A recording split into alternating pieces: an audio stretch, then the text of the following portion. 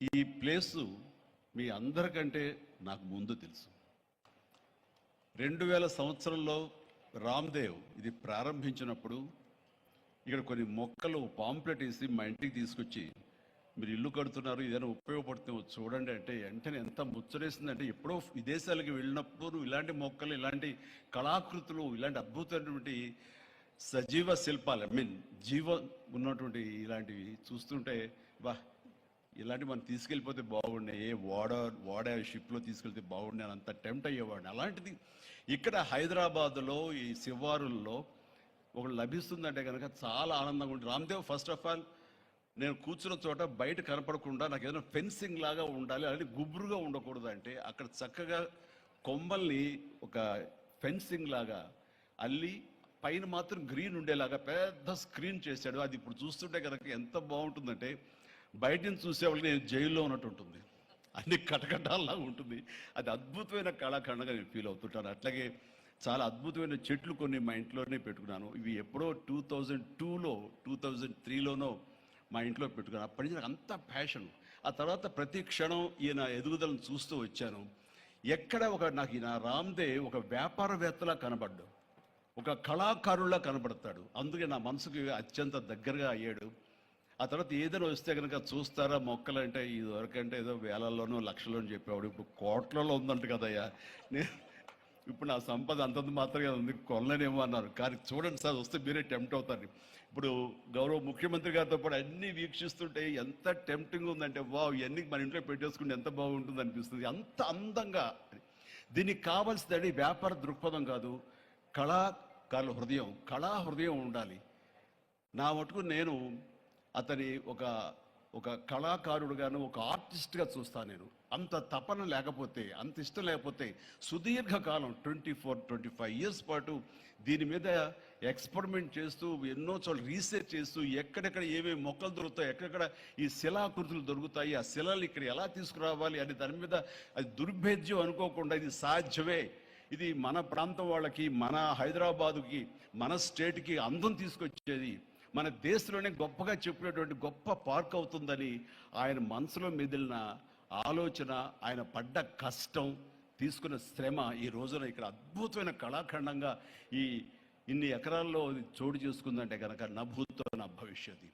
ఎవరైనా సరే అంత డబ్బులు ఉంటే కనుక ఏం వ్యాపారం చేద్దాం, ఇంత స్థలం ఉంది కదా, దీన్ని ఎలా రియల్ ఎస్టేట్ చేద్దాం, దీన్ని ఏదో గవర్నమెంట్ వాళ్ళ మనలతో వాళ్ళ పర్మిషన్లతో తీసేసుకుని అక్కడ మనం మల్టీ స్టోరీ పెట్టుకుంటే ఆయన జీవితం కాదు కదా, తరతరాలు కూడా నిలిచిపోతాడు. అలా కాకుండా ఆయన కేవలం ఒక లోపల ప్యాషన్, చిన్నప్పటి నుంచి కాలేజీ రోజులో చదివే దగ్గర నుంచి, ఆర్ట్ కాలేజీలో చదువుతున్న దగ్గర నుంచి కూడా ఆయన మదిలో ఉన్నటువంటి ఆయన బ్రెయిన్ చైల్డ్.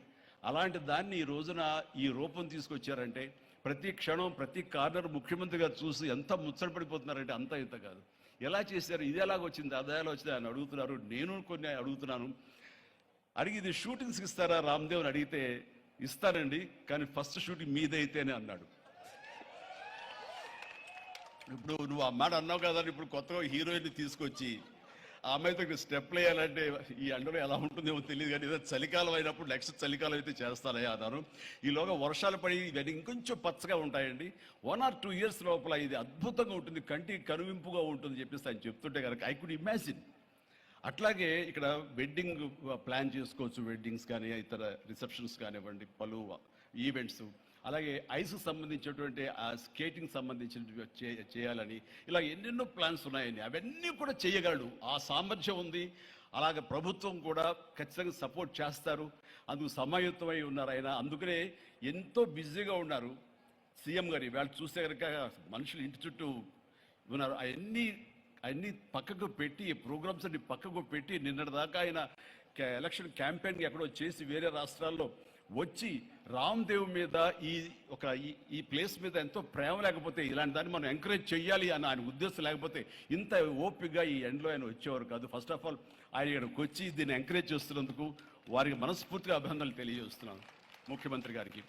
ఎందుకంటే అలాంటి వాళ్ళు అనుకుంటేనే, వాళ్ళ కళ్ళలో పడితేనే, వాళ్ళు ఇంప్రెస్ అయితేనే దీనివల్ల ఎంతోమందికి ఉపాధి కలుగుతుంది, ఇది ఎంతోమందికి కనువిందు కలుగుతుంది, మరి ఎంతోమంది ఈ ప్లేస్ని వాళ్ళ ఈవెంట్స్కి ఉపయోగించుకుంటారు, తద్వారా టూరిజం పెరుగుతున్న ఉద్దేశంతో కూడా మన జూపల్లి కృష్ణారావు గారు దీన్ని ఎంకరేజ్ చేయడం కోసం సమాయత్తమై ఉన్నారు.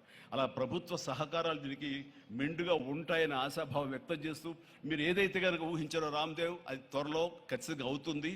ఇవి అద్భుతమైనటువంటి ఒక ల్యాండ్ మార్క్ అవుతుంది, ఒక కళాకృతి అవుతుంది. అది రాష్ట్రానికి వన్నీ తీసుకొస్తుంది, హైదరాబాద్కి తలమానికంగా ఉంటుంది. ఒక హైదరాబాద్ ఒక ఇల్లు అనుకుంటే ఇంట్లో ఒక అద్భుతమైన పెయింటింగ్ పెట్టుకుంటే ఎంత బాగుంటుందో ఆ పెయింటింగ్ ఈ రోజున ఈ ఎక్స్పీరియన్స్ తోటి చెప్తున్నాను.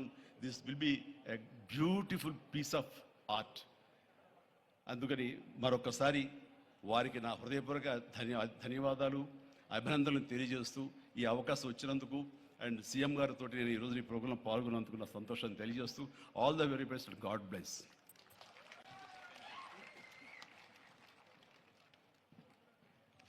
ఎక్స్పీరియన్స్ లో